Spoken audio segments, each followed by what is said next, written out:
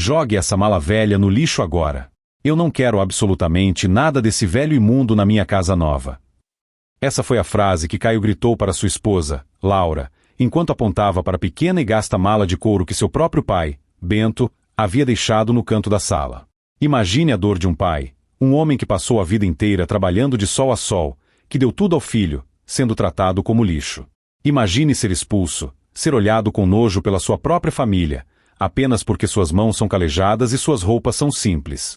Essa é a dor que Bento, um humilde criador de gado, sentiu. Ele foi expulso da casa nova e luxuosa pelo filho que ele tanto amava. Caio fez isso para impressionar a esposa e os novos amigos da cidade, pois tinha vergonha de seu pai caipira. Ele humilhou o pai, o colocou na rua sem um tostão, e seguiu sua vida de luxo. Até que o negócio de Caio faliu. Até que o banco tomou seu carro e sua casa. Até que, desesperado e faminto, Caio foi ao Banco Central da cidade para implorar por um empréstimo, e foi lá que ele descobriu a verdade. O gerente do banco, ao ouvir o nome do pai, mudou de cor. O gerente revelou que Bento, o velho imundo que ele expulsou, não era apenas um criador de gado. Ele era o dono de quase tudo. Na história de hoje, você vai acompanhar a jornada chocante de um filho arrogante que trocou seu pai pelo luxo, apenas para descobrir que o pai que ele desprezava era o homem mais rico e poderoso que ele jamais conheceria. Antes de começarmos essa história emocionante, eu preciso da sua ajuda para continuar trazendo mais conteúdo para você. Eu sei que você gosta dessas histórias, então, por favor, deixe o seu like neste vídeo. É de graça, é rápido, e ajuda o nosso canal a ser recomendado para mais pessoas que, assim como você, amam uma boa história. E quero saber de onde você está me assistindo. Você é de qual cidade? De qual estado? Comente aqui embaixo o seu nome e a sua cidade, para eu saber até onde essa história chegou.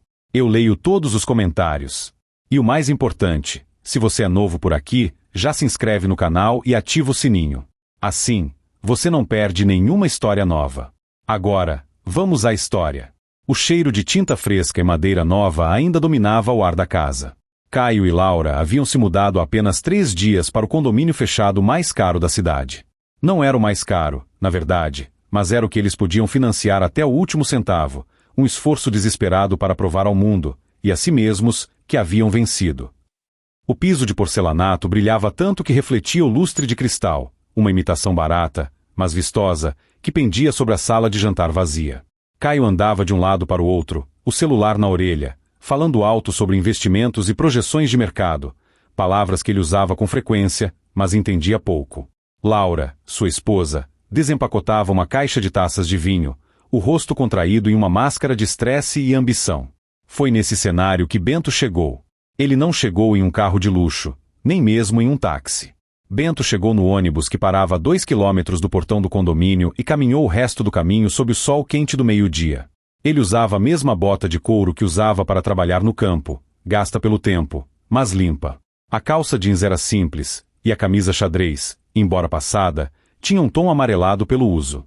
Em sua mão direita, ele carregava uma pequena mala de couro marrom, tão velha que as bordas estavam esbranquiçadas.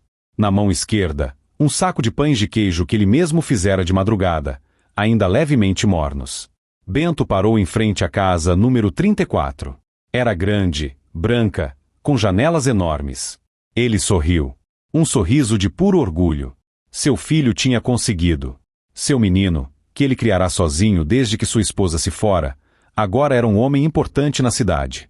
Ele tocou a campainha. Demorou um pouco, mas ouviu passos rápidos. A porta se abriu. Caio estava lá. O cabelo penteado para trás com gel, uma camisa polo de marca, que Bento sabia que o filho não podia pagar, e um olhar de surpresa que rapidamente se transformou em vergonha. Pai? O que o senhor está fazendo aqui? Caio disse, a voz baixa, quase um sussurro. Ele nem abriu a porta inteiramente, bloqueando a entrada com o corpo. Meu filho. Bento sorriu, tentando entregar o saco de pães de queijo. Vim ver sua casa nova. É linda, Caio. Vim te dar um abraço e, bom, eu vendi o sítio, como combinamos. Aqui está o resto do dinheiro para ajudar vocês a começar. Caio olhou para o saco de pães de queijo com desdém. Ele olhou para as botas sujas de poeira do pai. A poeira da estrada que agora manchava a entrada imaculada de sua casa nova. Pai, o senhor não pode entrar agora, disse Caio, rápido. Nós estamos esperando visitas importantes. Gente do meu trabalho. O senhor entende, né? O sorriso de Bento vacilou. Ah, claro, filho. Eu entendo. Mas eu só queria. Eu pensei que talvez eu pudesse ficar uns dias, só até eu achar um cantinho para mim aqui na cidade. O sítio se foi, né? Foi então que Laura apareceu atrás de Caio. Ela era magra, com cabelos loiros pintados e um olhar que poderia cortar vidro. Ela olhou Bento de cima a baixo, e seu nariz se franziu, como se sentisse um cheiro ruim. Caio, quem é? Ela perguntou, embora soubesse perfeitamente. É o meu pai, querida. Ele já estava de saída. Bento sentiu uma pontada fria no peito. De saída? Mas, filho, eu acabei de chegar. Eu não tenho para onde ir. Laura deu um passo à frente. Olha, senhor Bento, ela disse, a voz falsamente doce. Nós agradecemos a visita. Mas o Caio está certo. Estamos construindo uma nova vida aqui. Uma vida diferente. Nós temos uma reputação a zelar. Nossos vizinhos são médicos, advogados. O senhor, com todo respeito, não se encaixa. O silêncio que se seguiu foi pesado. Bento olhou para o filho, esperando que ele dissesse algo. Que ele defendesse o pai.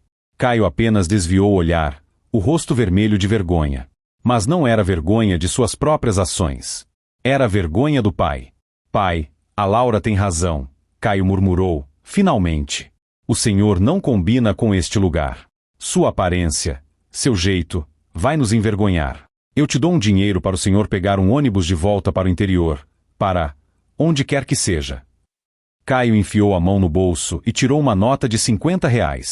Bento olhou para a nota. Depois olhou para o filho. O homem que ele ensinou a andar de bicicleta. O menino que ele consolou quando ralou o joelho. O jovem para quem ele deu cada centavo que tinha para pagar a faculdade. A dor no peito de Bento era quase física. Era uma dor surda, uma traição que cortava mais fundo do que qualquer faca. Eu não preciso do seu dinheiro, Caio, disse Bento, a voz firme, embora seu interior estivesse tremendo. Ele baixou o saco de pães de queijo no chão, ao lado da porta. Eu só precisava de um filho. Bento se virou. Ele não disse mais nada.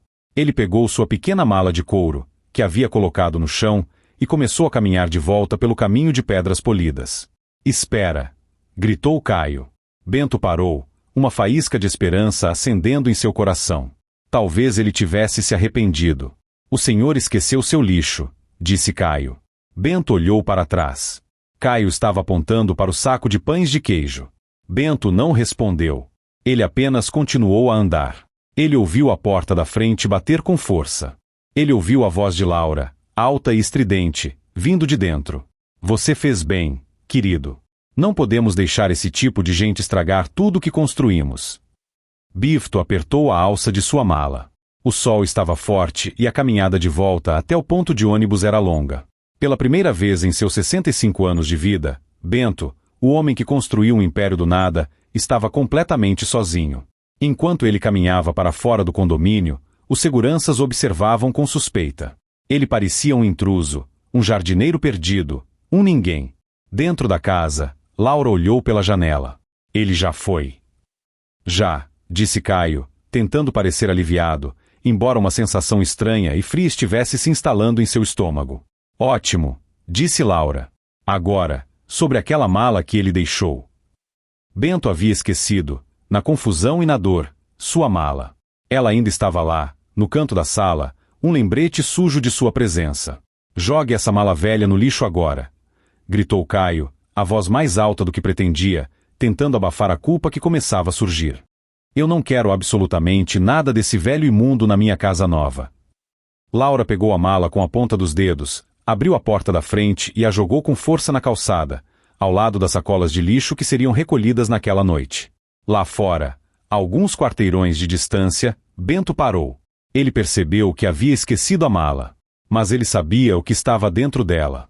E ele sabia, com uma tristeza infinita, que Caio nem sequer olharia. Ele respirou fundo, o ar quente enchendo seus pulmões, e continuou andando, sem olhar para trás, em direção a um futuro incerto, deixando para trás a única coisa que ele realmente amava. Nos dias que se seguiram à expulsão de Bento, a casa de Caio e Laura parecia mais leve. Pelo menos, era isso que eles diziam um ao outro. Laura limpou o local onde Bento esteve como se removesse uma praga, e Caio se concentrou em sua carreira com uma energia renovada. Sua carreira, no entanto, era uma frágil casa de cartas.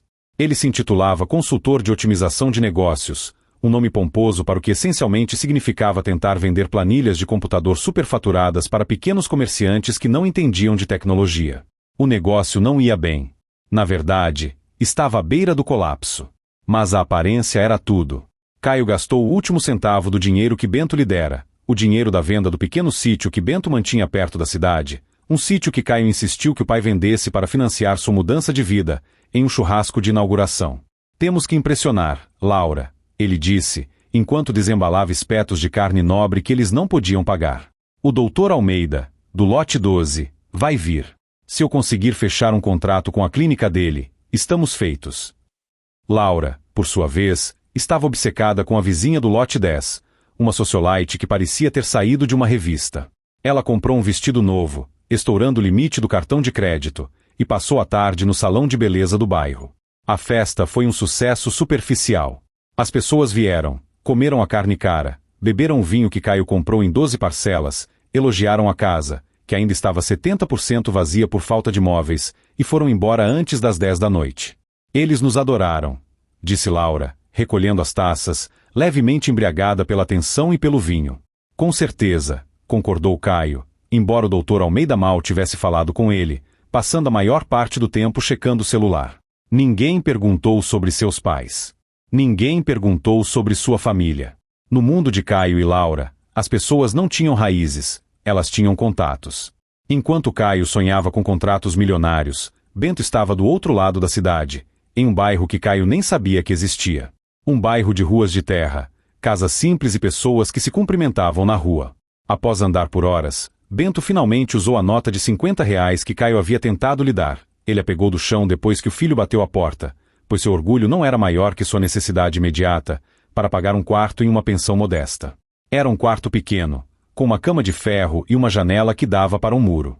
Mas, pela primeira vez em muito tempo, Bento sentiu algo que não sentia na presença do filho: paz. Na manhã seguinte, ele saiu para procurar trabalho. Ele não precisava de dinheiro, mas precisava de um propósito. A ociosidade o consumiria. Ele viu uma pequena mercearia na esquina, com uma placa torta que dizia: vende-se de tudo um pouco. Ele entrou. O lugar era administrado por uma senhora de cabelos brancos e sorriso fácil, chamada Zilda. Bom dia, disse Bento, tirando o chapéu que sempre usava. Meu nome é Bento. Estou procurando qualquer serviço. Posso carregar caixas, varrer a calçada, fazer entregas. Zilda o mediu com o olhar. Ela viu as mãos calejadas, os olhos honestos e a tristeza que ele tentava esconder.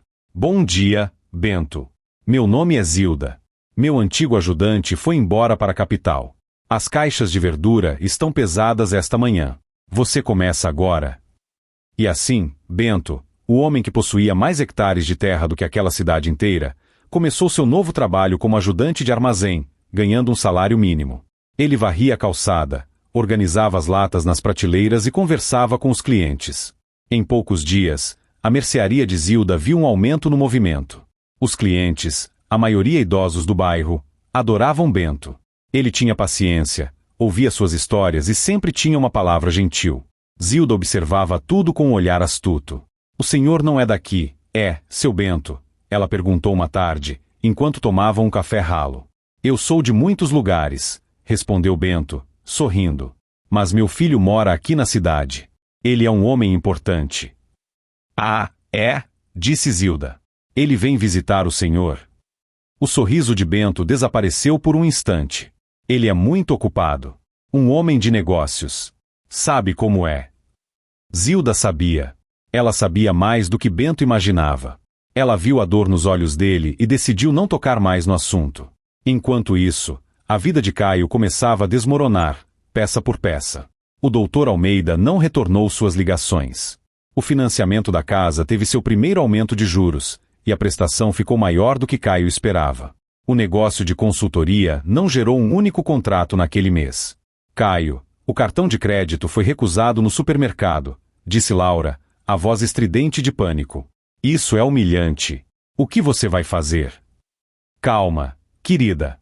Estou trabalhando em algo grande, mentiu Caio. Ele estava, na verdade, tentando pegar um empréstimo online, mas seu nome já estava com restrições. A arrogância de Caio o impedia de ver a realidade. Ele culpava o governo, culpava os clientes burros que não entendiam sua visão, culpava o calor. A única pessoa que ele não culpava era ele mesmo. Uma noite, frustrado e com medo, ele se lembrou da mala. A mala de couro velha do pai, que Laura jogou no lixo. Laura, aquela mala do meu pai, o que tinha dentro dela? Ele perguntou. Sei lá, Caio. Lixo de velho. Roupas sujas, provavelmente. O lixeiro levou na manhã seguinte. Por quê? Nada, disse Caio. Mas uma semente de dúvida foi plantada. Seu pai mencionou o resto do dinheiro da venda do sítio. Será que estava na mala? Ele foi até a lixeira na frente da casa, agora vazia. Ele se sentiu um idiota. Claro que não estava lá. Ele voltou para dentro, onde Laura estava assistindo a um programa de TV sobre reformas de casas de luxo. Temos que cortar custos, Laura, ele disse, sentando-se pesadamente no sofá caro que ainda não estava pago. Cortar custos. Eu me recuso, ela retrucou. Eu não me mudei para este condomínio para cortar custos. Dê seu jeito, Caio. Você me prometeu uma vida boa. Você me prometeu que era melhor que seu pai. Comece a provar. O ultimato de Laura atingiu Caio como um soco. Ele se levantou e foi para o escritório, um quarto vazio com uma mesa dobrável. Ele precisava de dinheiro, e precisava rápido. Ele começou a procurar por mais bens em nome de seu pai. Talvez o sítio que ele vendeu fosse apenas um de vários. Ele sempre achou que seu pai era um caipira simplório, um criador de gado de pequeno porte. Mas e se houvesse mais? Enquanto Caio digitava o nome completo de Bento em sites de busca de cartórios, do outro lado da cidade, Bento terminava de fechar a mercearia de Zilda.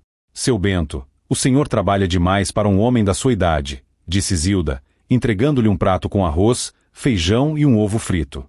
O trabalho dignifica o homem, dona Zilda, e a companhia da senhora torna o dia mais leve. Bento jantou na pequena cozinha dos fundos da loja. Ele estava cansado, seus músculos doíam de carregar caixas, mas seu coração estava mais leve do que estivera em meses.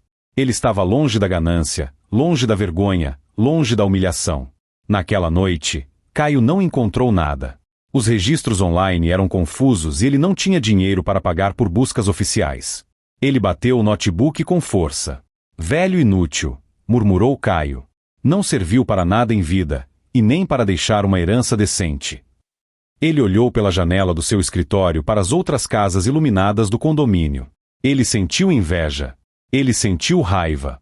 E, no fundo, bem no fundo, ele sentiu medo.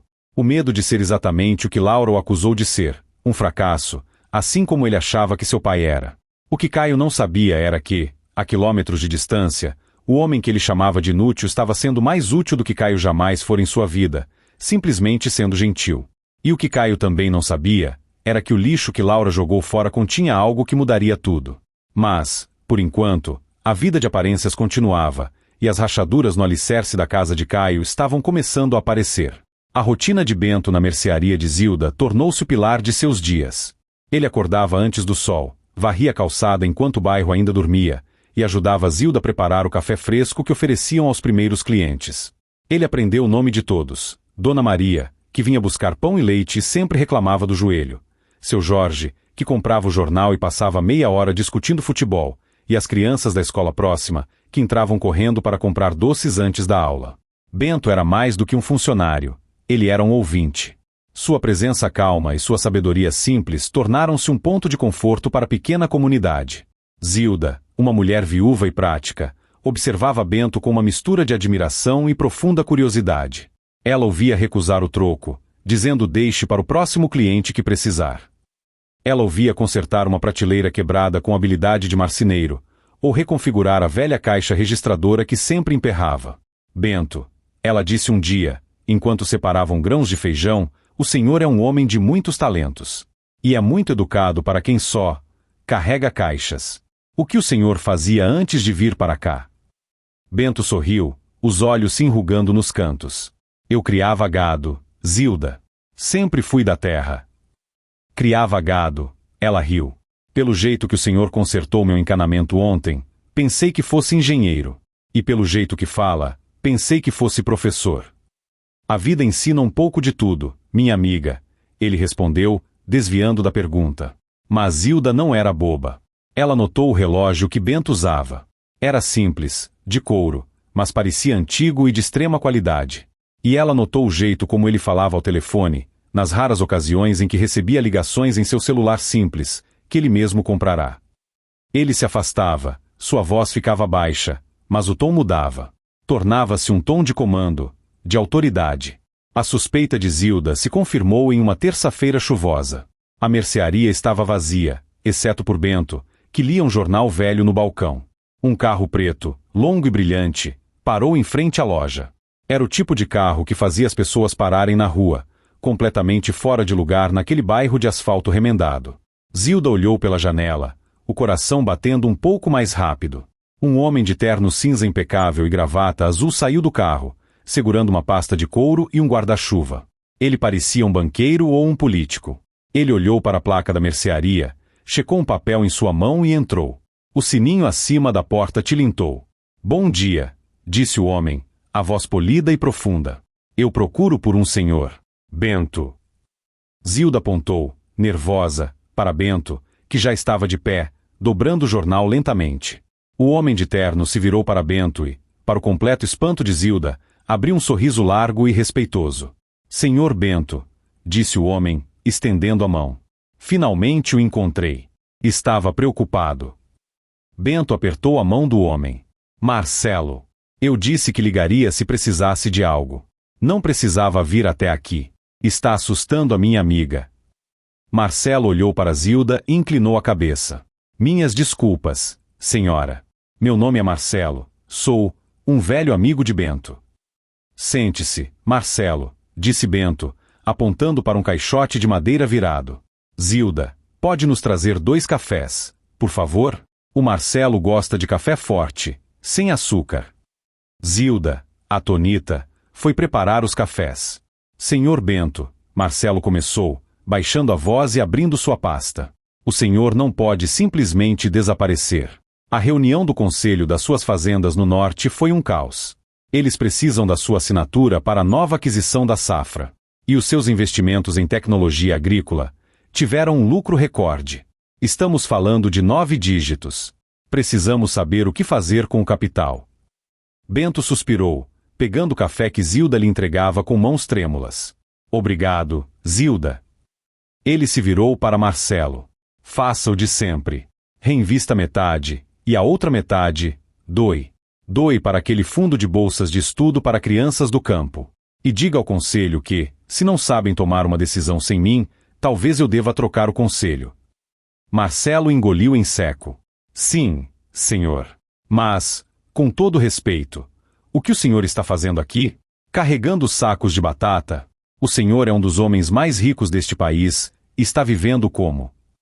Como um homem, Marcelo, interrompeu Bento, com calma. Estou vivendo como um homem. Eu cansei. Cansei de números, cansei de reuniões, cansei de gente falsa que só se aproxima pelo que eu tenho. Os olhos de Bento escureceram por um momento. Meu filho, Caio, ele me expulsou de casa. Ele e a esposa. Disseram que eu os envergonhava. Que eu era um velho imundo. Marcelo ficou pálido. Caio, o seu menino? Mas, o senhor deu tudo a ele. A faculdade, o carro, o dinheiro para começar a vida na cidade. Sim, disse Bento, tomando um gole de café. Eu dei tudo. E esse foi o meu erro. Eu dei coisas, mas esqueci de ensinar o valor delas. Eu o protegi demais. Agora, ele precisa aprender. Ele precisa cair. Marcelo estava chocado. Mas, senhor Bento, ele está caindo rápido. Eu fiz o que o senhor pediu, monitorei de longe. O senhor Caio está se afundando em dívidas. Ele usou todo o dinheiro da venda do sítio, que o senhor insistiu em vender por um valor baixo para ele, e está com 3 prestações da casa atrasadas. Ele está tentando usar o seu nome para conseguir crédito, mas como o senhor bloqueou o acesso dele aos fundos principais? Bento fechou os olhos. A notícia atingiu-o como uma dor física. Seu filho estava falhando. Ele tentou usar meu nome, Perguntou Bento. Sim. Em todos os grandes bancos. Ele acha que Bento é apenas um nome comum, pois ele não sabe o seu verdadeiro alcance. Os gerentes riem dele, acham que é um golpista qualquer. Bento ponderou por um longo tempo. Zilda fingia varrer o chão, mas não perdia uma palavra. Continue monitorando, Marcelo, disse Bento, finalmente. Não o deixe passar fome. Não o deixe ir para a rua. Mas não o salve. Ainda não. Ele precisa bater no fundo do poço. Ele precisa entender o que é não ter nada. Talvez só assim ele entenda o que realmente importa. Sim, senhor, disse Marcelo, guardando seus papéis. Ele olhou ao redor da mercearia simples. E quanto ao senhor? Não posso deixá-lo aqui. Aqui, Bento sorriu, e foi um sorriso genuíno. Eu estou ótimo aqui. Dona Zilda me trata com respeito. O trabalho é honesto. E o café é bom. Vá, Marcelo. Cuide do império. Eu cuidarei da minha vida. Marcelo levantou-se, ajeitou o terno. Ele parecia profundamente infeliz com a situação. Senhor Bento, e a mala? O sorriso de Bento desapareceu. A mala ficou para trás. Caio mandou jogá-la no lixo. Marcelo empalideceu ainda mais. No lixo? Mas, senhor, os documentos. Os títulos das terras. A procuração original. Bento balançou a cabeça. Eles não sabem o que jogaram fora, Marcelo. E talvez seja melhor assim. Deixe estar. Marcelo saiu da mercearia, entrou no carro de luxo e desapareceu pela rua esburacada, deixando uma Zilda de boca aberta e um Bento pensativo. Zilda se aproximou lentamente. Bento, quem é o senhor? Bento se virou para ela e sorriu, o mesmo sorriso gentil de sempre. Eu sou Bento, seu ajudante. E acho que as batatas da Dona Maria estão esperando. Mas algo havia mudado. Zilda agora entendia. O homem ao seu lado não era um simples trabalhador do campo. Ele era um rei disfarçado. E ele estava em guerra, uma guerra silenciosa e dolorosa pelo futuro de seu próprio filho. O silêncio de Bento era sua arma, e sua paciência, seu escudo. Ele era um guardião, esperando o momento certo de agir, mesmo que isso significasse ver seu império, e seu filho, quase ruir. Os 3 meses seguintes foram um borrão de desespero para Caio. A fachada de sucesso que ele e Laura tanto trabalharam para construir começou a desmoronar, e o processo foi rápido e brutal. O primeiro sinal foi o corte da energia elétrica. Laura estava no meio de uma videoconferência, fingindo estar em um escritório chique, quando na verdade estava na sala de jantar, quando tudo ficou preto. A humilhação foi instantânea. Caio, ela gritou, a voz ecoando pela casa escura e quente. O que está acontecendo? Caio, que estava no escritório tentando, sem sucesso, renegociar suas dívidas por telefone, já sabia. O aviso final de corte havia chegado na semana anterior, mas ele o escondeu debaixo de uma pilha de outras contas não pagas. Deve ser um problema no bairro, querida. Ele mentiu, a voz trêmula. Mas quando olharam pela janela, viram que todas as outras casas do condomínio de luxo estavam perfeitamente iluminadas. Apenas a casa deles estava mergulhada na escuridão. Aquele foi o começo do fim. Sem energia, a farsa acabou. O doutor Almeida, que por acaso passava pela rua, viu a movimentação de Caio no escuro e os vizinhos comentando. A notícia de que o novo consultor não conseguia pagar a conta de luz se espalhou pelo condomínio como fogo em palha seca. Laura estava lívida. Ela parou de falar com Caio. Ela passava os dias no quarto, com as cortinas fechadas, ou saía e só voltava tarde da noite, com cheiro de bebida e fumaça de cigarro de outras pessoas. O que você está fazendo? Caio perguntou, quando ela tropeçou na entrada uma noite. Buscando opções, Caio. Ela cuspiu. Eu não vou afundar com este navio. Você me prometeu o mundo. Você me deu isso. Ela gesticulou para a casa escura, que agora também estava sem água, pois a bomba da caixa d'água era elétrica. O negócio de Caio, se é que podia ser chamado assim, evaporou. Nenhum cliente em potencial queria contratar um consultor que não podia manter as próprias luzes acesas. As ligações de cobradores tornaram-se o único som em seu celular. A fome começou a se tornar uma realidade. Eles comeram toda a comida da despensa. Depois, a comida do freezer, que estragou rapidamente após o corte de energia. Caio, com o orgulho ferido, começou a procurar por seu pai. Ele não o fez por saudade. Ele o fez por raiva. Ele precisava culpar alguém, e seu pai era o alvo mais fácil. Ele foi ao endereço do antigo sítio. Havia uma nova família lá, plantando milho. Eles nunca tinham ouvido falar de Bento. Ele foi aos poucos lugares que seu pai mencionou frequentar na cidade. Ninguém o conhecia. Bento, em sua vida anterior, era um homem discreto. Desesperado, Caio foi ao cartório de registro de imóveis.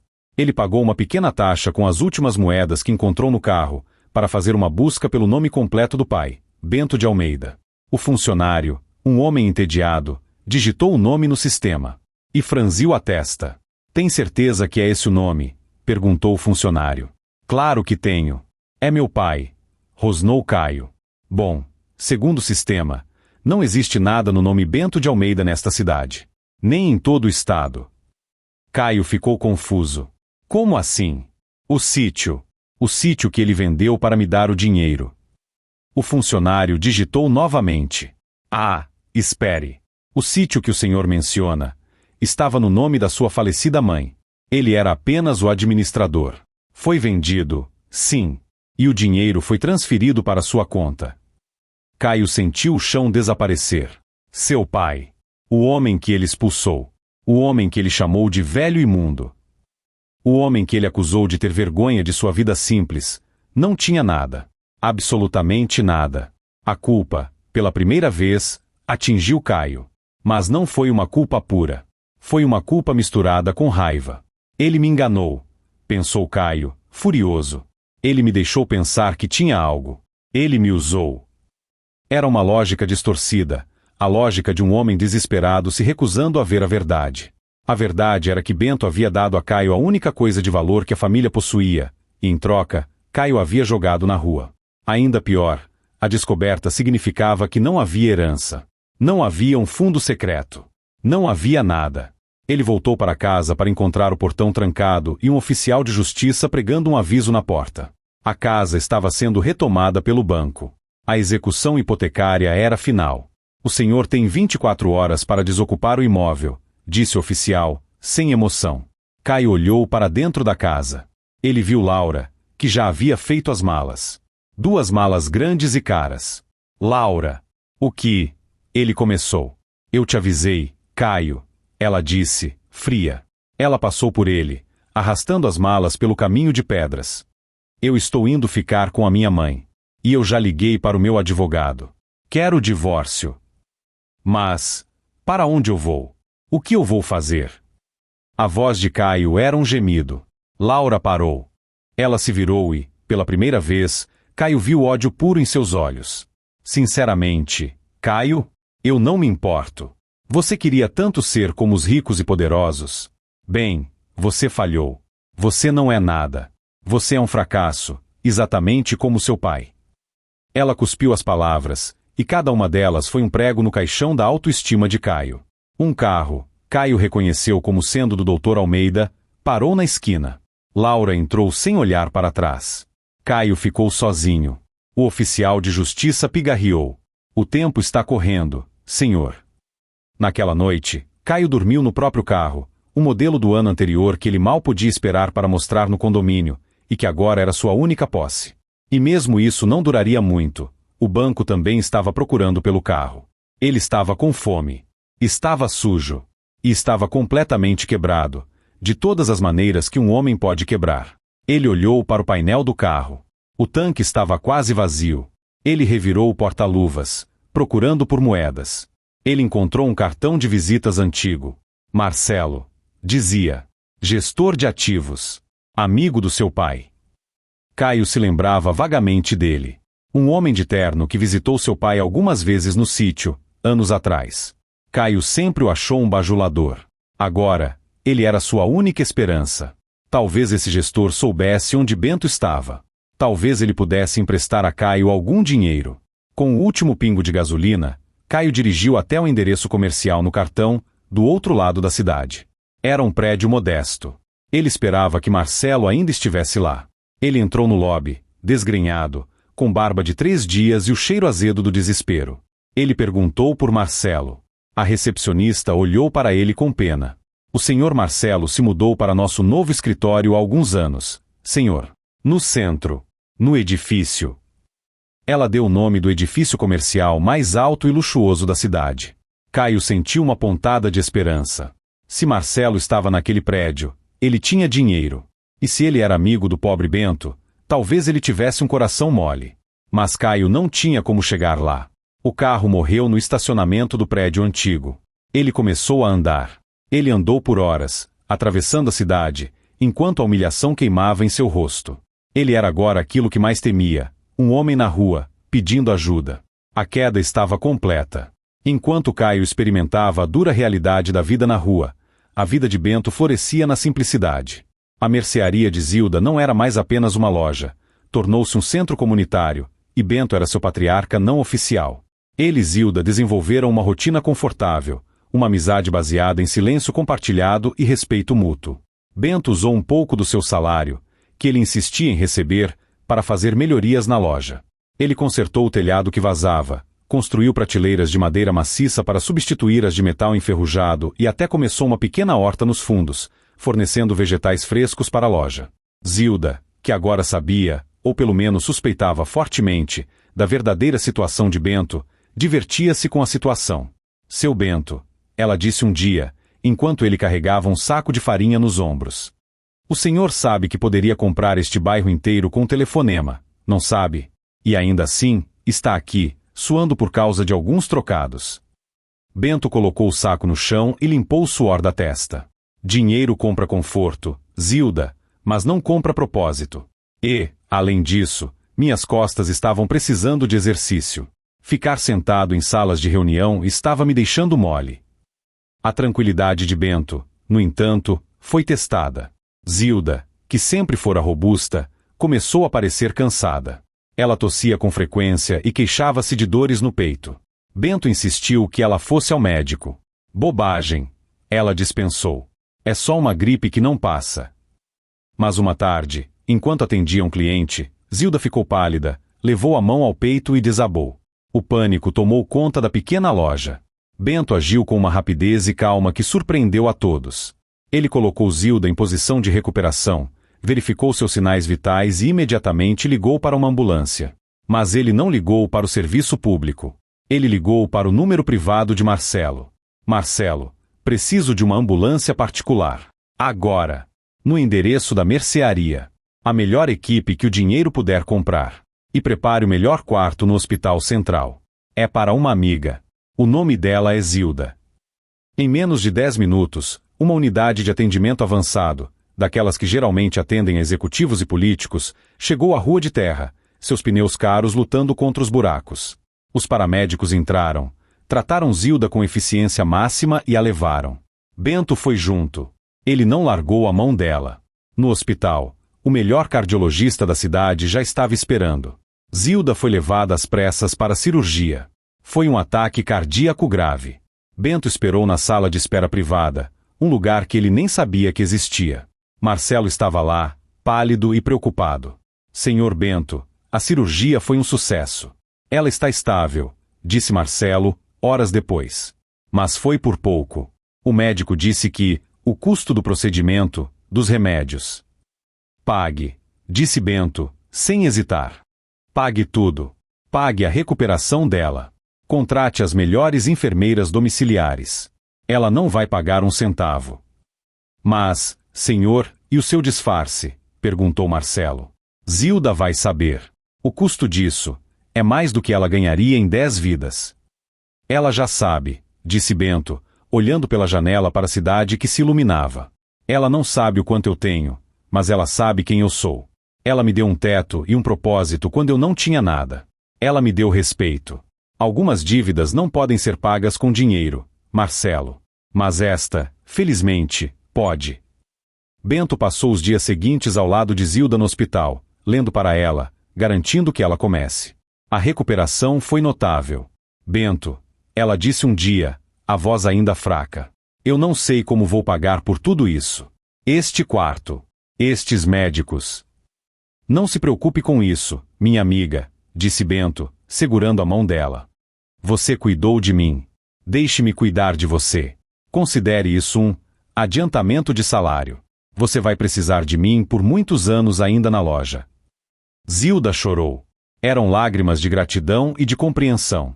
Ela sabia que estava na presença de um homem extraordinariamente bom e extraordinariamente rico. Enquanto isso, a quilômetros de distância, Caio estava vivendo o exato oposto. Após caminhar por horas, ele chegou ao edifício comercial de luxo. Ele era uma visão patética, sujo, fedendo e com os sapatos rasgados.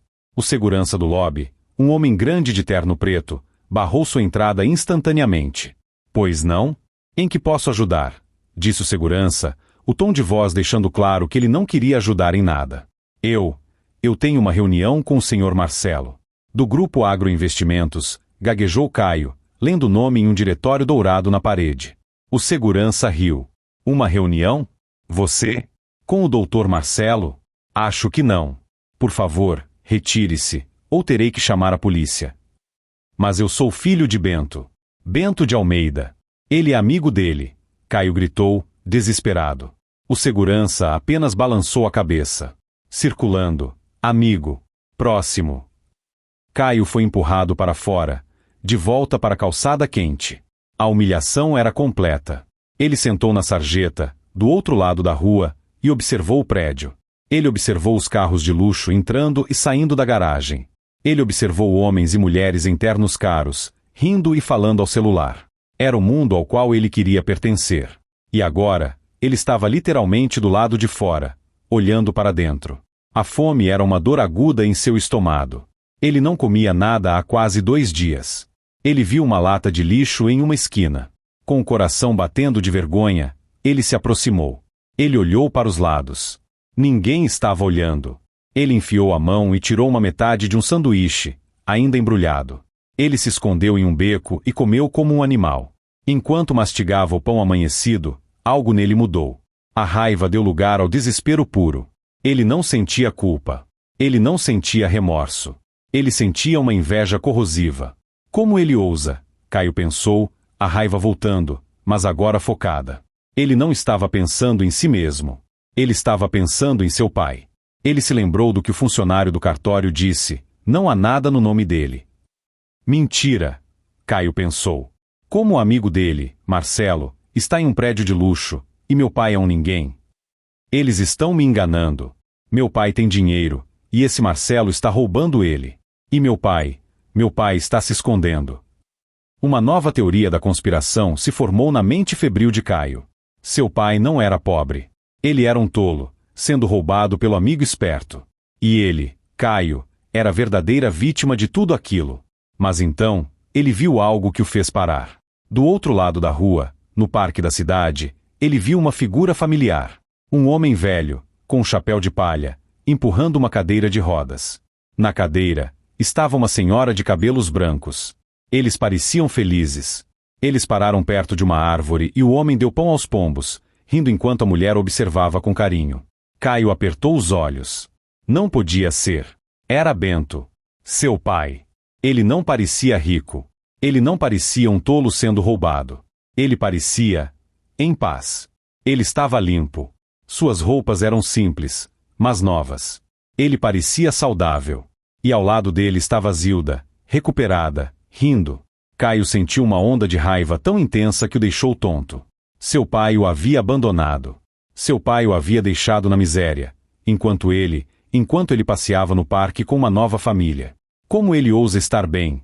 Caio sibilou para si mesmo. Como ele ousa estar feliz, enquanto eu estou aqui, comendo lixo?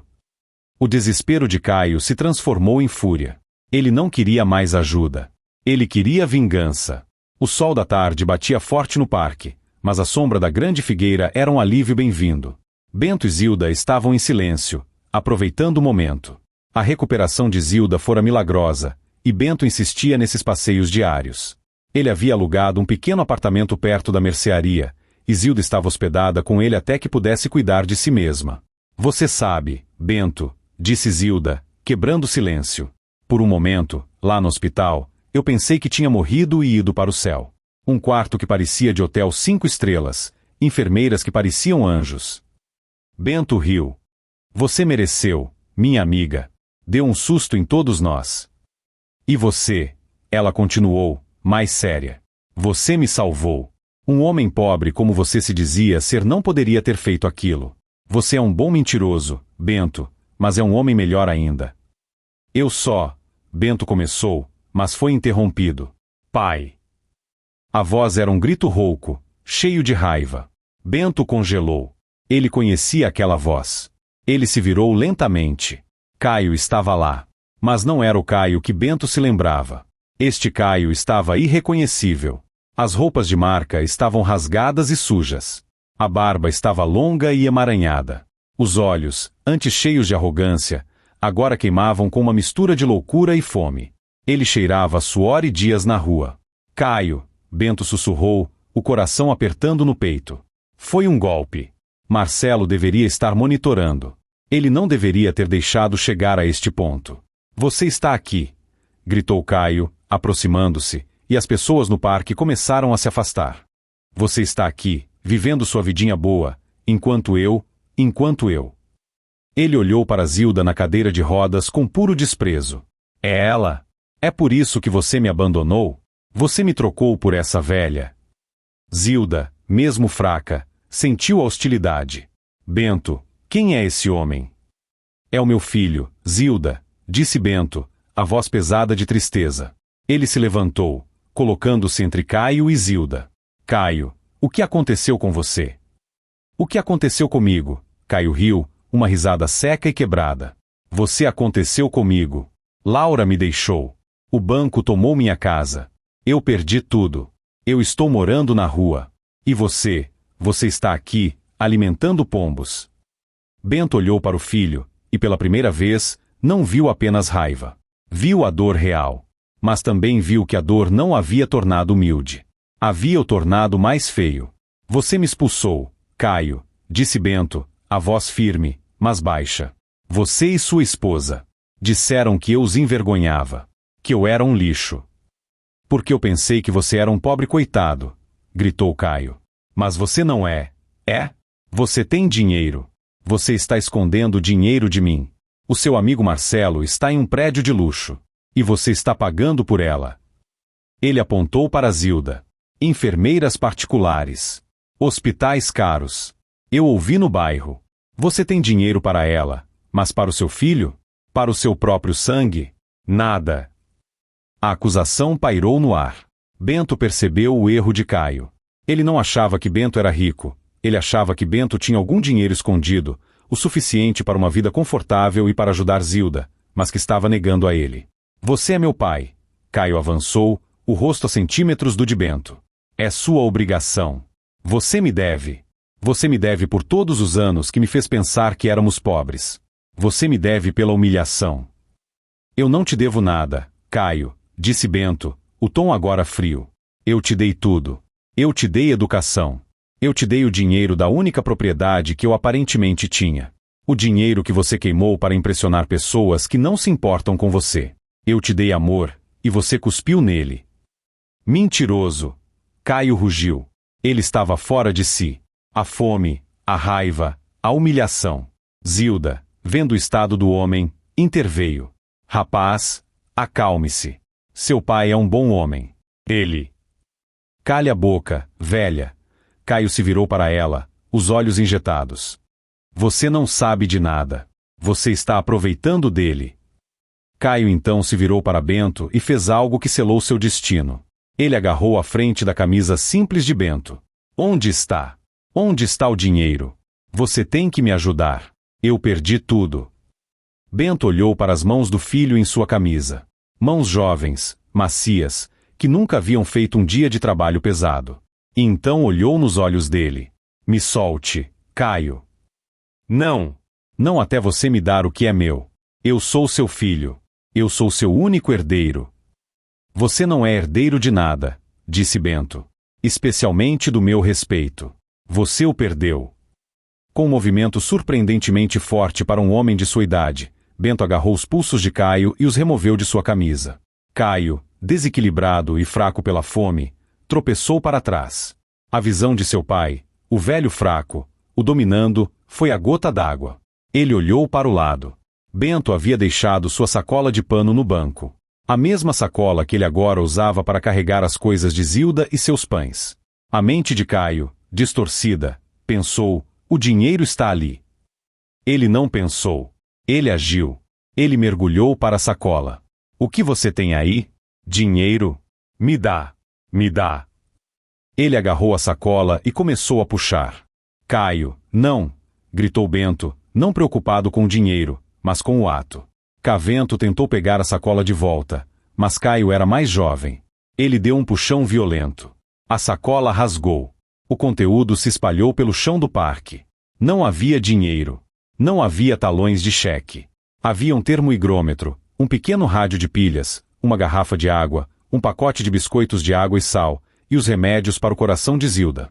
Caio parou. Ele olhou para os itens patéticos no chão. Todo o parque estava olhando. Um guarda de segurança se aproximava. Caio olhou para os remédios. Olhou para Zilda, que agora chorava silenciosamente.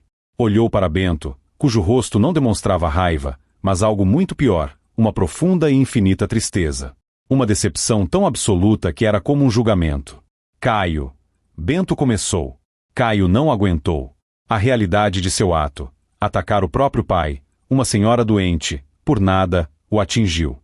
Mas, novamente, não foi a culpa que o moveu. Foi a humilhação. Ele era um fracasso. Ele era um monstro. E agora, todos sabiam.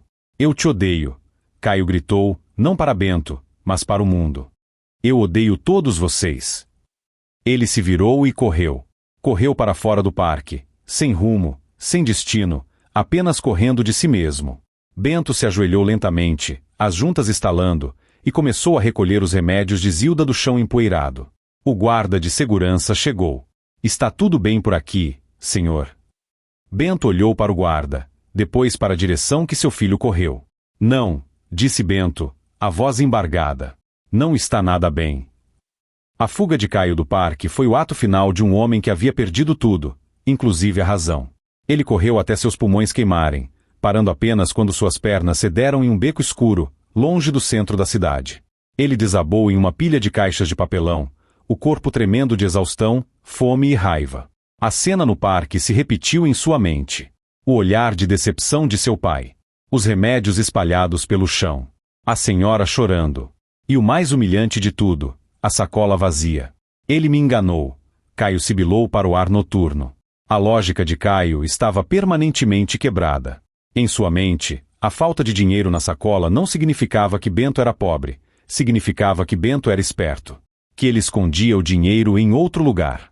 Ele está me testando, pensou Caio, uma centelha de paranoia se acendendo. Ele e aquele amigo dele, o Marcelo. Uma nova determinação endureceu seu coração. Ele não estava mais com raiva.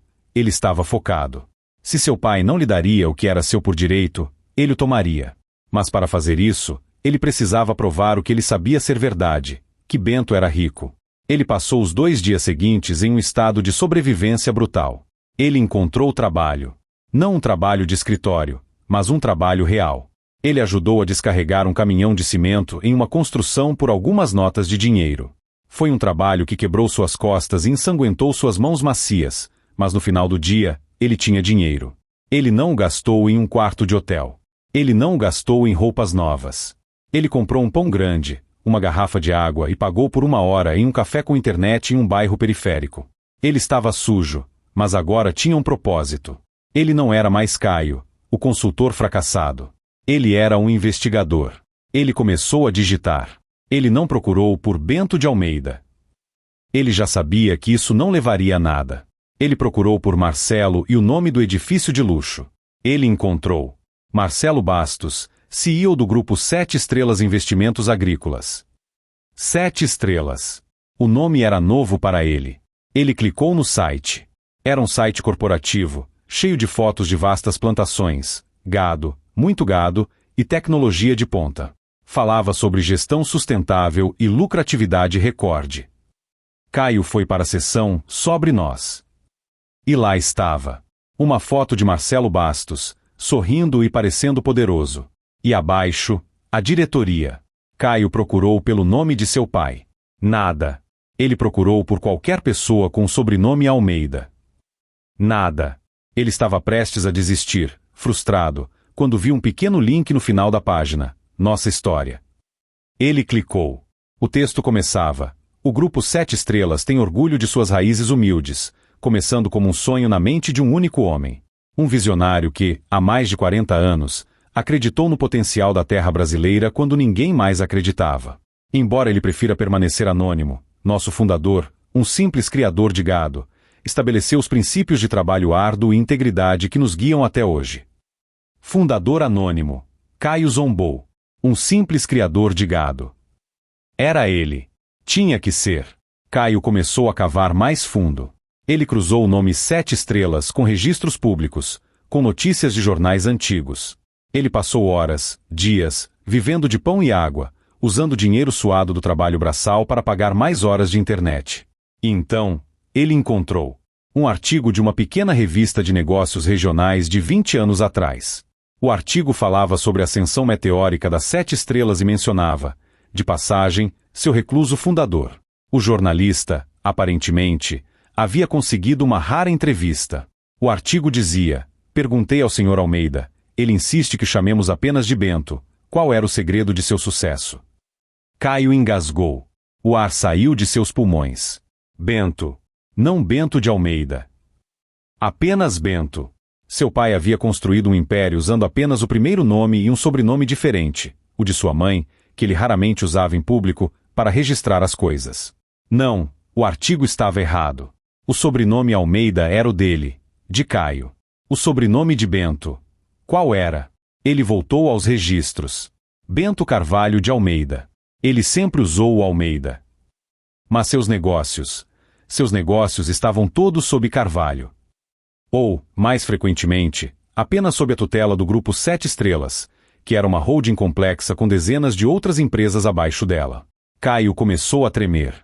Ele não estava olhando para um homem rico. Ele estava olhando para um titã. Um bilionário. As fazendas no norte. Os investimentos em tecnologia. Os imóveis. O artigo mencionava vastas extensões de terra. Mais terra do que Caio podia imaginar. E seu pai, estava varrendo o chão de uma mercearia. A mente de Caio não conseguia processar. A raiva voltou, mas era uma raiva fria, cortante. Ele mentiu para mim. Caio sussurrou para a tela do computador. Ele mentiu a minha vida inteira. Toda sua infância, que ele lembrava como simples, agora parecia uma farsa cruel. A falta de brinquedos caros, as férias no Rio e não na praia, as roupas que não eram de marca. Tudo fora uma escolha. Um teste. Um jogo sádico que seu pai estava jogando. E a expulsão. Caio agora via a expulsão sob uma nova luz. Ele não havia expulsado um velho pobre. Ele havia expulsado um rei. Um rei que estava disfarçado, testando sua lealdade. E ele havia falhado no teste. Mas o que veio a seguir não foi arrependimento. Não foi um desejo de pedir perdão. Foi um cálculo. Ele me deve, pensou Caio, a voz agora firme em sua cabeça. Ele me deve por essa farsa. Ele me deve por me deixar falhar. Caio se levantou. Ele tinha um plano. Ele não precisava mais de Marcelo. Ele não precisava mais confrontar Bento no parque. Ele precisava de um advogado. Mas ele não tinha dinheiro. Ele então foi ao maior banco da cidade. O Banco Central. Não o banco onde ele tinha sua conta e suas dívidas, mas a sede principal, onde os gerentes de alta renda trabalhavam. Ele entrou. O segurança tentou pará-lo. Caio parecia um mendigo.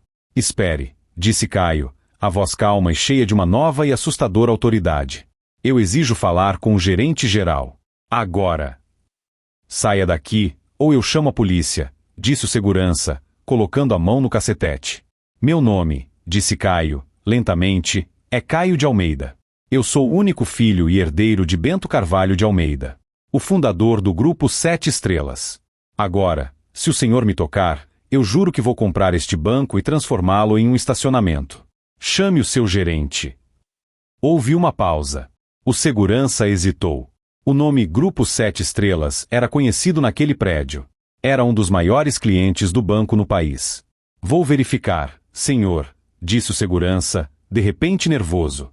Ele falou ao telefone.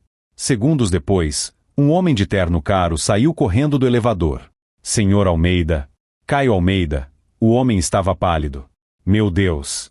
O senhor é o filho do senhor Bento?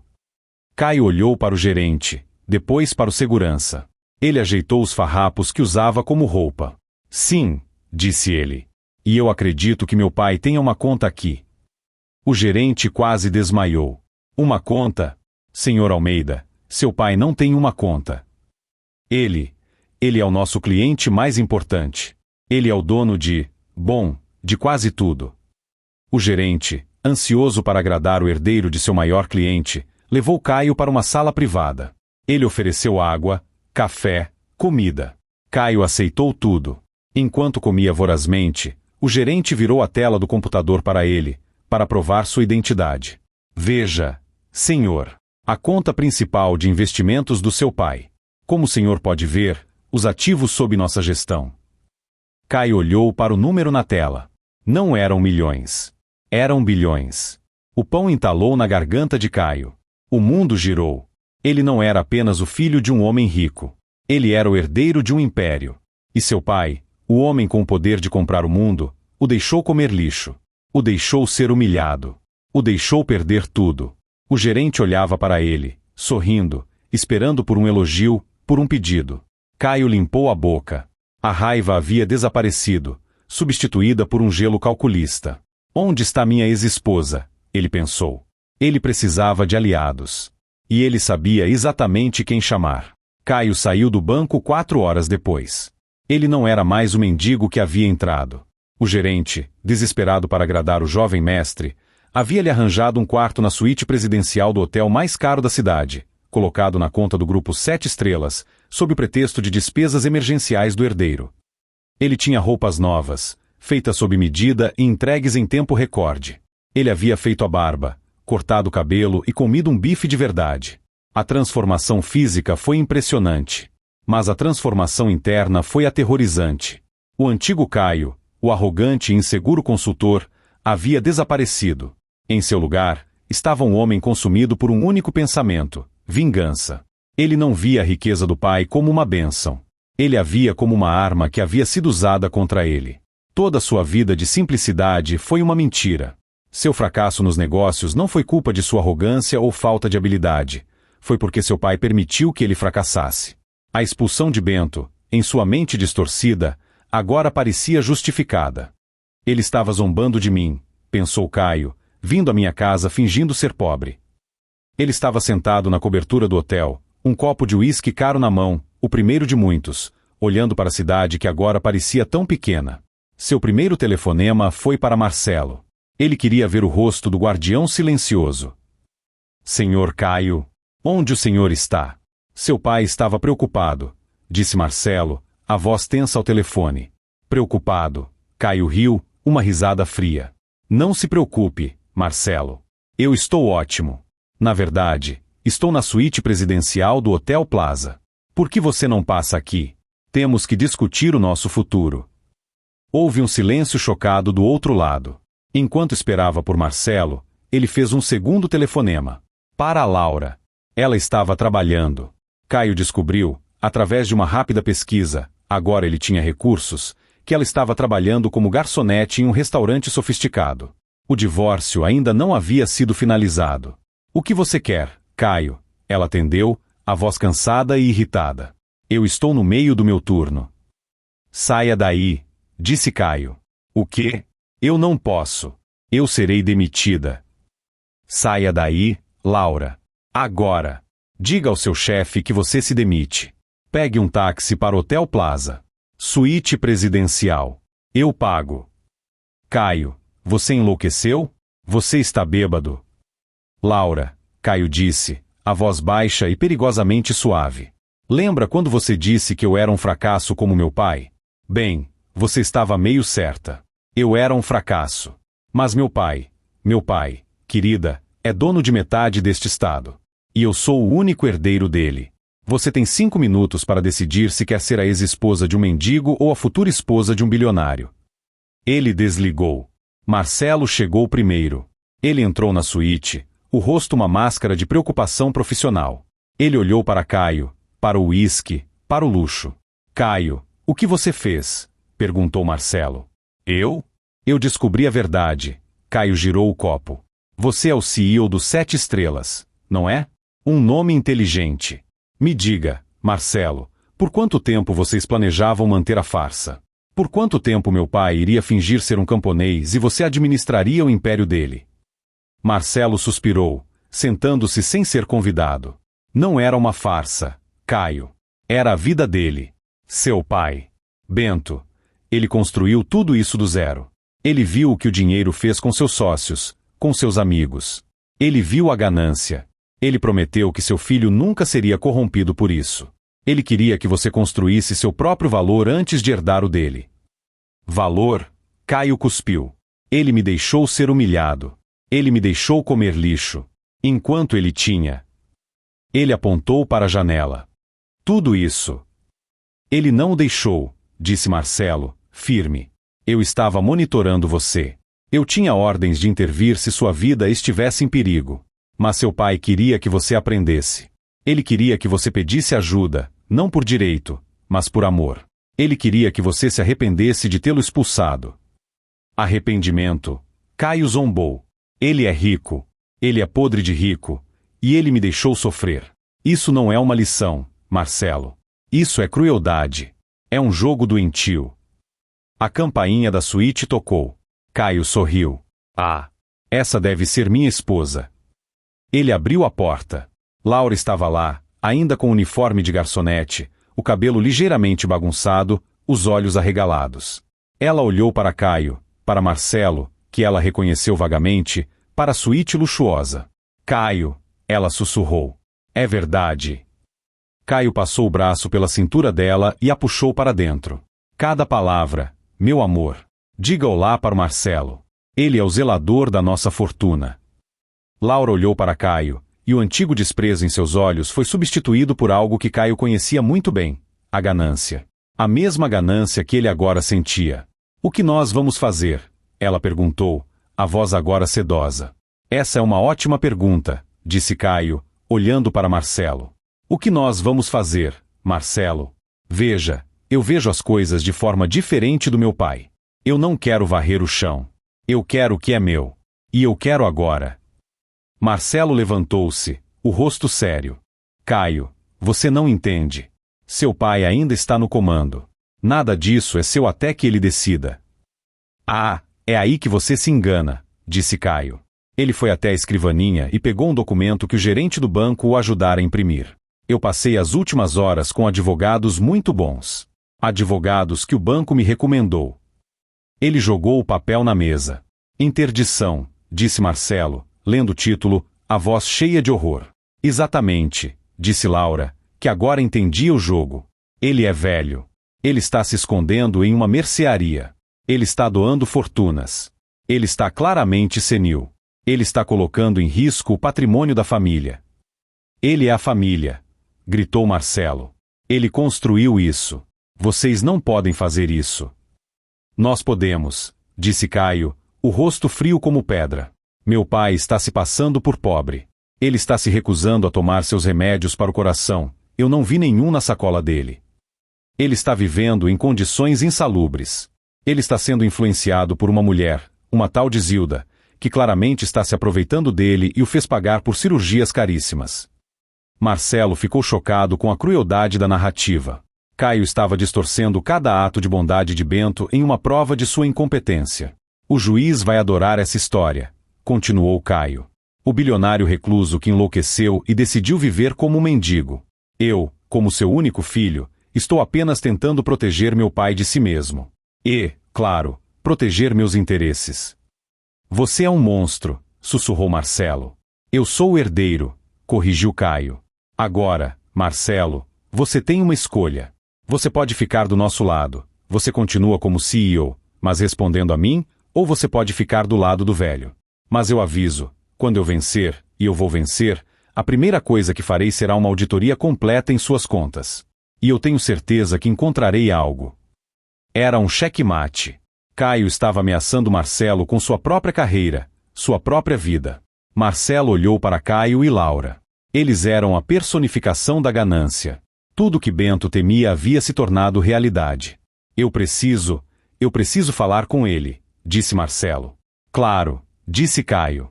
Na verdade, vamos todos falar com ele. Eu quero ver o rosto dele quando ele perceber que o jogo acabou. O confronto final estava marcado. Não em um parque, mas em uma sala de reuniões. Caio havia convocado a reunião, usando sua nova autoridade como herdeiro preocupado para forçar Marcelo a organizar tudo. A armadilha estava montada. Caio e Laura, agora um time unido pelo dinheiro, estavam prontos para dar o golpe final. Eles não queriam apenas o dinheiro, eles queriam o controle total. A reunião foi marcada na sede do Grupo 7 Estrelas. Não na suíte de Caio, mas no território de Bento. Marcelo insistiu nisso. Se vamos fazer isso, faremos no lugar dele, disse Marcelo, em uma última tentativa de apelar para o respeito de Caio. Caio, sentindo-se invencível, concordou. Ele queria sentar na cadeira do pai. A sala de conferências do último andar era um santuário de poder silencioso.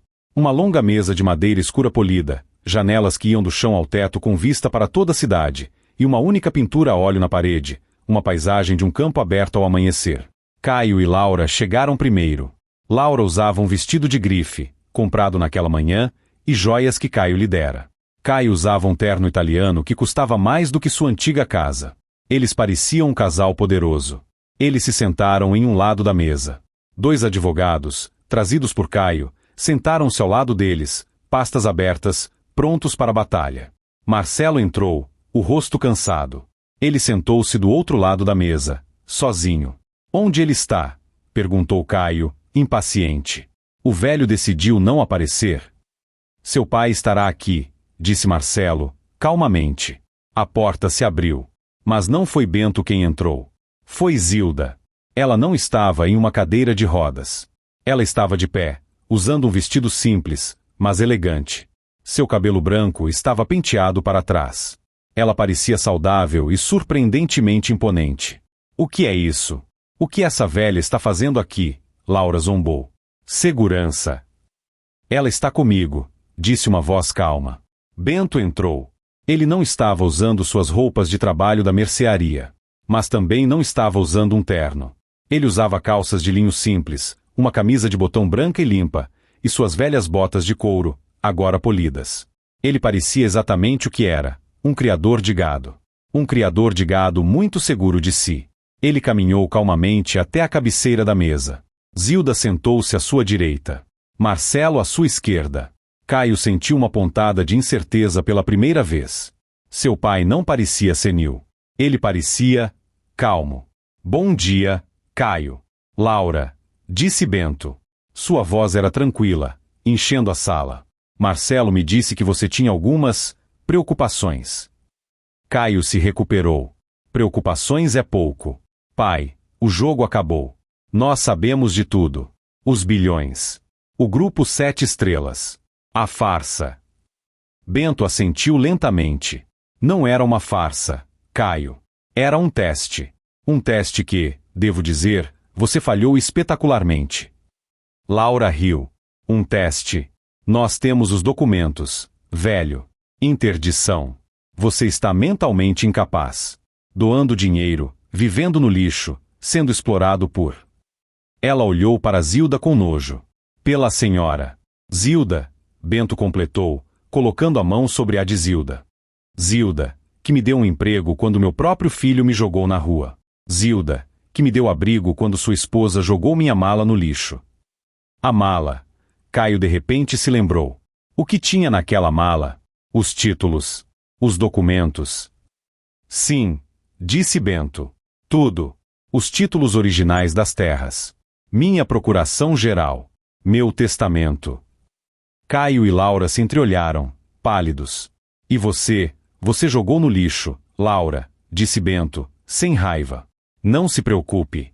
Marcelo tem cópias de tudo. Mas foi simbólico, não acha? Caio bateu na mesa. Chega de jogos. Nós vamos processar. Nós vamos tomar o controle. Você está velho e louco. Caio, disse Marcelo, falando pela primeira vez. Antes de você continuar, há algo que você precisa saber. Seu pai, prevendo que o dinheiro poderia um dia corrompê-lo, estruturou seu patrimônio de uma maneira muito particular. Um dos advogados de Caio falou. Estamos cientes do fundo fiduciário. E estamos preparados para contestá-lo com base na incapacidade do fundador. Ah, sim. O fundo, disse Bento, sorrindo. Eu transferi tudo para ele há décadas. E, como você sabe, Caio, eu nomeei o único beneficiário. Caio sorriu. Exato. Com uma condição, continuou Bento. Uma condição muito simples que Marcelo estava encarregado de monitorar. A condição, disse Marcelo, abrindo uma pasta, era que o beneficiário, Caio, demonstrasse valor e caráter. Que ele construísse algo por si mesmo, ou, na falta disso, que demonstrasse respeito e amor filial pelo fundador. Isso é subjetivo, gritou o advogado de Caio. Inaplicável. Não quando o fundador está vivo e perfeitamente são para julgar, disse Bento. Eu estava disposto a perdoar a expulsão. Eu estava disposto a perdoar a humilhação. Eu estava esperando, Caio, esperando por um único pedido de desculpas. Um único sinal de remorso. Em vez disso, você me confrontou no parque, atacou minha amiga e tentou roubar minha sacola. Eu estava desesperado, gritou Caio. E então, Marcelo continuou, você foi ao banco. Você usou o nome do seu pai para obter luxos. E você conspirou para declará-lo incompetente. Marcelo tirou um documento final. E esta, Caio, é a segunda condição. A cláusula de moralidade, como os advogados a chamam. O rosto de Caio perdeu toda a cor. A cláusula é muito específica, disse Marcelo, lendo. Se o beneficiário, Caio de Almeida, em qualquer momento, tomar ações legais contra o fundador, Bento Carvalho de Almeida, ou tentar, através de meios fraudulentos ou coercitivos, tomar controle do patrimônio, ou agir de forma a trazer desonra pública à família. Marcelo fez uma pausa. O beneficiário, Caio de Almeida, é imediata e irrevogavelmente deserdado. A totalidade da fortuna do fundo será revertida, em sua totalidade, para instituições de caridade. O silêncio na sala era absoluto. Bento olhou para o filho. Ao entrar com esta ação, disse Bento, a voz suave como um trovão. Ao trazer esses advogados, ao tentar me interditar, você ativou a cláusula, meu filho. Laura desabou na cadeira. Não, não. O jogo acabou, Caio, disse Bento. Mas não do jeito que você pensava. Você tinha duas escolhas, amor ou dinheiro. Você escolheu o dinheiro. E, no processo, você perdeu os dois. Caio olhou para o pai. Não havia mais arrogância. Não havia mais raiva. Apenas um vazio. O vazio de um homem que havia apostado tudo e perdido. A fortuna inteira não é mais sua, disse Marcelo, fechando a pasta. A reunião está encerrada. O silêncio que se seguiu à revelação de Marcelo foi mais pesado do que qualquer palavra. Os advogados de Caio, vendo que não havia mais dinheiro a ser ganho, silenciosamente arrumaram suas pastas e saíram da sala, deixando para trás o cheiro de derrota. Laura estava paralisada. O rosto, que minutos antes estava radiante de ganância, agora estava pálido e envelhecido. Ela olhou para Caio, não com raiva, mas com desprezo vazio. Você, ela sussurrou. Você não é nada. Você é pior que um mendigo. Você é um idiota. Ela se levantou, ajeitou o vestido caro que agora parecia uma fantasia, e saiu da sala sem olhar para trás. Desta vez, Caio sabia que era para sempre. Caio ficou sozinho, sentado em sua cadeira cara, em sua sala de reuniões que nunca seria sua. Ele olhou para o pai. Bento não parecia triunfante. Ele parecia cansado. Cansado de uma guerra que ele nunca quis lutar. Então é isso, Caio murmurou, a voz rouca. Tudo, para a caridade. Tudo, confirmou Bento. Caio finalmente quebrou. Não foi um colapso dramático. Foi um esvaziamento silencioso. As lágrimas começaram a rolar pelo seu rosto. Não eram lágrimas de arrependimento, ainda não. Eram lágrimas de autocomiseração, de perda total. O que o senhor quer que eu faça agora? Caio perguntou, olhando para as mãos. Que eu volte para a rua? Que eu morra de fome? Bento observou o filho chorar. Ele esperou por um me desculpe. Ele esperou por um pai, eu errei. Mas as palavras não vieram. Caio ainda estava focado em si mesmo. Bento suspirou. Ele olhou para Zilda, que assentiu com a cabeça, um olhar de compaixão em seus olhos. Ele olhou para Marcelo, que parecia aliviado por tudo ter acabado. Espere, disse Bento. Marcelo, que estava prestes a sair com Zilda, parou. Bento se levantou e caminhou até Caio. Ele ficou de pé na frente do filho, que se recusava a levantar a cabeça. Você ativou a cláusula, Caio. Isso é um fato. O fundo, como você o conhece, acabou. Caio soluçou. Mas, continuou Bento, a cláusula diz que o fundo vai para a caridade. Não diz nada sobre o que eu faço com o meu dinheiro pessoal. O dinheiro que eu ganho, varrendo o chão. Caio ergueu a cabeça, confuso. A mercearia de Zilda, disse Bento. Eu a comprei. Na verdade, comprei o quarteirão inteiro. Vamos transformá-lo em um centro comunitário. Comida a preço de custo, aulas para crianças. Zilda será a administradora. Zilda sorriu para Bento. E eu, continuou Bento, preciso de um ajudante. O trabalho é pesado. Começa às 4 da manhã. Carregar caixas, varrer o chão, lidar com fornecedores. O salário é mínimo. O quarto é nos fundos. Não há luxo. Não há status. E o seu chefe serei eu. Caio olhou para o pai, chocado. O senhor está me oferecendo um emprego? Depois de tudo. Eu não estou te oferecendo um emprego, Caio, disse Bento, a voz firme como aço. Eu estou te oferecendo uma chance. A última chance. Você não terá acesso a um centavo do meu império. Você não terá cartões de crédito. Você não terá poder. Você terá um prato de comida, um teto e trabalho duro. Bento se inclinou, ficando cara a cara com o filho. Você queria ser um criador de gado, como seu pai. Você queria o império? Pois bem, o império é feito de terra, suor e calos nas mãos. Você quer sua vida de volta. Caio? Comece por baixo. Como eu comecei. Caio olhou para a mão estendida de seu pai. Não era a mão de um bilionário. Era a mão de um trabalhador. Calejada, forte, real. Ele não tinha mais para onde ir. Ele não tinha mais ninguém. Ele havia perdido tudo. Lentamente, tremendo, Caio colocou sua mão macia e inútil sobre a de seu pai. Bento apertou. Com força. Bem-vindo ao primeiro dia do resto da sua vida, filho, disse Bento.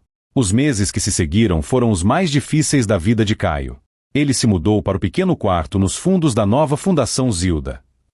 Ele acordava antes do sol. Ele descarregava caminhões. Suas mãos, antes macias, sangraram, criaram bolhas e, finalmente, calos. Ele odiou cada segundo. Ele odiava o cheiro do mercado.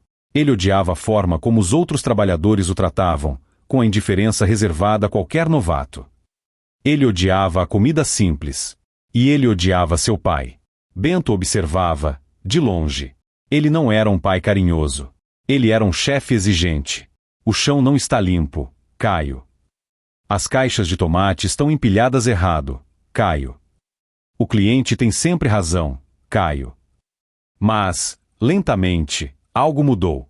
Um dia, Caio viu uma senhora tentar carregar uma sacola pesada. Ele, por puro instinto de seu antigo trabalho, correu para ajudá-la. Ele a ajudou a levar as sacolas até a casa dela. Ela lhe ofereceu um copo de água fresca. Obrigada, meu filho, ela disse. Ninguém o chamava de filho com carinho há muito tempo. Ele começou a notar as coisas. Ele notou como Zilda administrava as finanças, garantindo que ninguém passasse fome. Ele notou como seu pai, Bento, sentava-se com as crianças depois do trabalho, ensinando-as a ler. Ele viu o império de perto. Não era feito de números em uma tela de banco. Era feito de vidas mudadas. 6 meses depois de sua queda, Caio estava varrendo a calçada, assim como seu pai fazia. Bento se aproximou, trazendo 2 cafés. Era cedo, o sol estava apenas nascendo. Eles ficaram em silêncio por um longo tempo, apenas observando o bairro acordar. O chão está limpo, Caio, disse Bento. Caio olhou para o pai. E, pela primeira vez, ele não viu o bilionário.